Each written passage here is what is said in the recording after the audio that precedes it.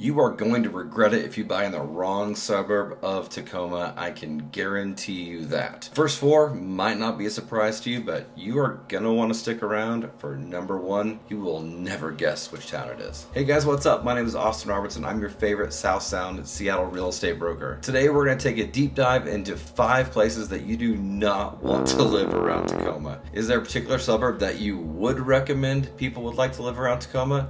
Leave your thoughts right down there in the comment section for me. Alright, listen, if you get any value at all out of this video, please like and subscribe so this content can find its way to others in need. So first of all, I do want to throw a little disclaimer to you. I did not make up this list. I'm not personally calling out anyone's hometown for being the worst. This data actually comes directly from a website called RoadSnacks.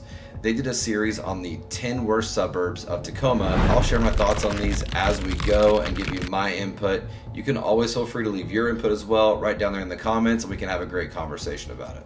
All right, number one on our list is Lakewood. Lakewood is probably the most true suburb of Tacoma on this list, and it's probably the best thing it has going for it is, of course, the lake, which does boast some beautiful real estate. Now, speaking of real estate, Lakewood has actually seen a good increase in the value of real estate over the past 3 years. The average home is up $520,000 compared to just $350,000 3 years ago. Now, Lakewood does lack a lot of things, but it does have all the basic necessities that you would need to live there. Lakewood also won the lowest average income of any of these suburbs, coming in at just over $55,000. Now, here's my 2 cents. I have sold some of the most beautiful homes in the Lakewood area, especially right around the lake. Coming in at number 2 on our list is Algona. You've probably never heard of it, I'm assuming. Algona has a population of only like 3,200 people and not much else. If it gives you an indication of how good life is, the first page of their city website goes over their special inmate programs at the jail. Algona also has the highest unemployment rate of any of the suburbs of Tacoma. There aren't a lot of jobs in a town, with 3,200 people, and employment is shortest in manufacturing. But here is where you should give credit to Algona though. The crime rate is below the national average. In fact, it's just shy of 28% below. So you're not going to find that type of low crime rate in the Tacoma or really the surrounding areas. Housing is actually also fairly good. The average sales price this last month was just around $495,000. It is one of the cheapest places to buy a home in the Tacoma area. But that is also because it does lack a lot of shopping, entertainment, and a lot of other things that come with living in a town of 3,200 people. Sitting at number 3 on our list is Eatonvillle.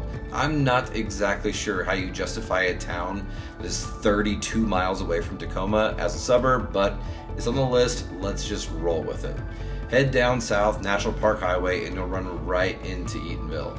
Not into, by. Because there isn't anything about Eatonvillle that would really catch your eye, according to RoadSnacks. RoadSnacks stated that entertainment and work options are limited, and they say that that in itself is really an understatement. In fact, Eatonvillle has the 3rd worst unemployment in the area, sitting at just over 8%. Hey, do you live in Eatonvillle? If so, what are your thoughts on this? I'd love to hear that. Housing in Eatonvillle has also taken an absolute nosedive. Back in May, the average home sold for right around $730,000. Now they're going for just around $5. God, that's freaking painful. I actually kind of like the fact that Eatonville is far away from everything else. It keeps the crime rate very low. In fact, 34% lower than the national average. And if you travel Eatonville streets after 9 o'clock, you'd probably think the place was a damn ghost town. So you're trading things to do for peace and quiet. Number 2 on the list and runner-up for the worst suburb is Bremerton. I'm sure you probably aren't surprised by this one. It's about 20 miles away from Tacoma and the opposite end of the sound from Seattle. Bremerton does host the naval base Kitsap. The incomes in Bremerton are 2nd overall, the lowest, just at about $57,000 a year. And now while there is more to do in Bremerton, there really isn't. It's no surprise that with those types of incomes that almost 15% of the city actually lives in poverty. It's also more visible than many of the other towns mentioned before.